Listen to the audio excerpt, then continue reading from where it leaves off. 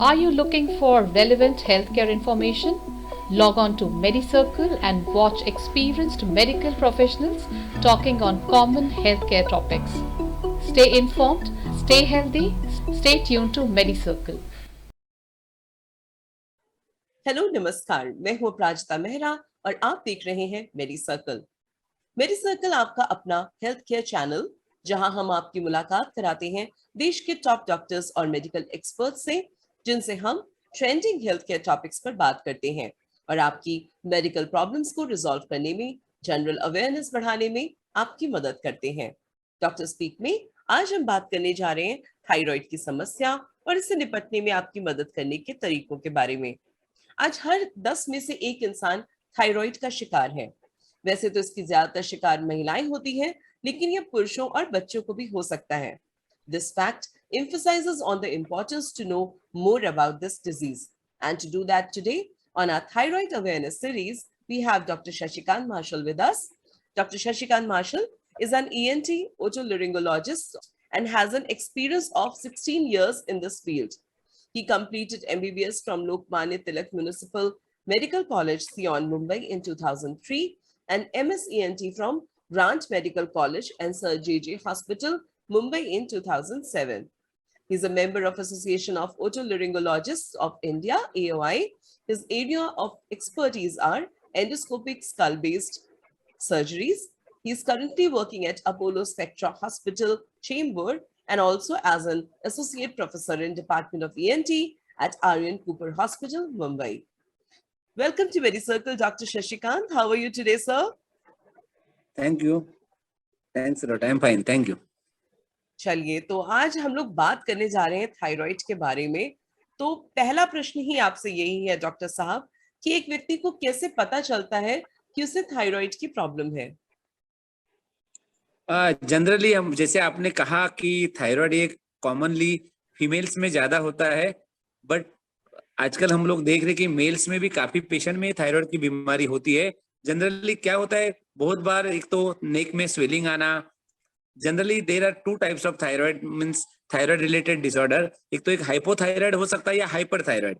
Hypothyroid ये ऐसी बीमारी है जहाँ पे थायराइड का सिक्रीशन कम होता है, इसके लिए उसकी वजह से अर्ली टायर्डनेस होना, फटीग होना, उसके बाद वजन बढ़ना, और जैसे हम बात कर रहे थे प्रेगनेंसी इफेक्ट होना, ये सब चीजें ज्यादा देखी जाती है। हाइपरथायराइड में थोड़ा अलग टाइप का ये रहता है, जिसमें थायराइड हार्मोन की लेवल थोड़ी ज्यादा रहती है।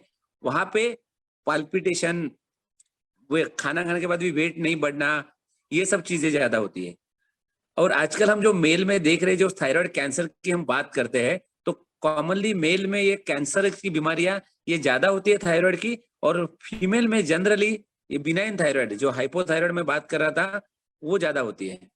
ओके, ये अभी आपने मेंशन ही कर दिया, मैं इसके बारे में आपसे ही बात करने वाली थी कि क्या थायराइड की समस्या से प्रेगनेंसी की संभावना प्रभावित होती है? बहुत ज्यादा प्रमाण से, क्योंकि अगर कोई भी फीमेल अगर हाइपोथायराइड है, ये थायराइड हार्मोन ये बेसल मेटाबॉलिक रेट मेंटेन करने में बहुत ही जरूरी होता है। तो हमारे बॉडी के ओवरऑल बेसल मेटाबॉलिज्म के लिए थायराइड का नॉर्मल होना बहुत जरूरी है। अगर कोई भी फीमेल, जनरली क्या होता है, फीमेल में काफी फिजियोलॉजिकल ऐसी कंडीशन रहती है जहाँ पे थायराइड की रिक्वायरमेंट ज्यादा बढ़ती है। जैसे प्यूबर्टी, जब उनका डेवलपमेंट होता रहता है between the age of 8 to 14, puberty बोलिए या प्रेगनेंसी बोलिए या ड्यूरिंग मेनोपॉज, तो जो जनरली फीमेल में ये जो हार्मोनल रिलेटेड चेंजेस ज्यादा होती है, तो ऐसे टाइम पे थायराइड की मात्रा कम होती है, क्योंकि जो बॉडी में थायराइड ग्लैंड रहता है वो सिक्रीशन उसके कम होते हैं, इसका और रिक्वायरमेंट ज्यादा होती है। तो ऐसे टाइम पे हाइपोथायराइड की समस्या ज्यादा होती है। अगर हाइपोथायराइड है, अगर डिटेक्ट नहीं हुआ, तो प्रेगनेंसी के दरमियान भी प्रॉब्लम होने की शक्यता होती है, और उसके बाद डिलीवरी के बाद भी बच्चे को भी हाइपोथायराइड होने की शक्यता, और उसमें भी काफी सारी डेवलपमेंटल एनोमली जो बोलते हैं पैदा होने के बाद, वो होने की शक्यता ज्यादा रहती है। इसलिए स्पेसिफिकली इन फीमेल में प्यूबर्टी के टाइम पे और प्रेगनेंसी के टाइम पे थायराइड चेक होना बहुत जरूरी है, और थायराइड पे विशेष ध्यान देना जरूरी है।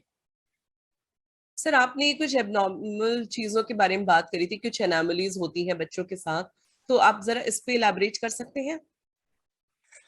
देखिए, अगर प्रेगनेंसी के टाइम अगर थायराइड कम है, हाइपोथायराइड अगर पेशेंट है, थायराइड की मात्रा कम है, तो ऐसे लोगों में जल्दी डिलीवरी होना, जिसको हम प्री टर्म लेबर बोलते हैं, ये हो सकता है। बच्चों का जो डेवलपमेंट अंदर होता है वो होना, वो भी बराबर होता नहीं है।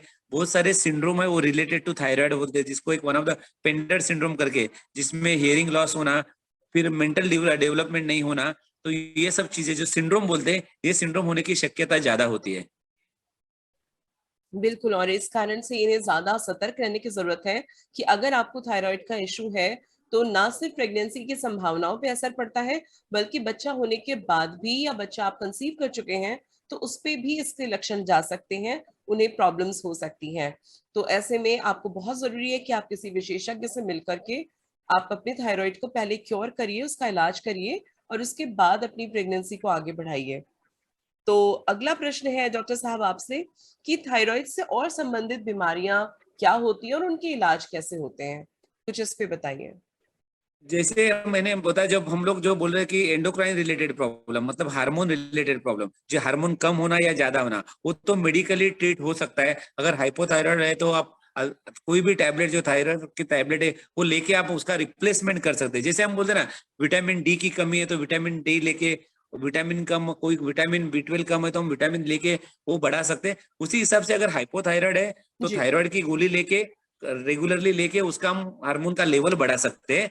अगर हाइपर थायराइड है कि उसके लिए भी मेडिसिन आती है, तो वो चीज के लिए वो बहुत वेरी कॉमन नहीं है जनरली अपने यहाँ पे।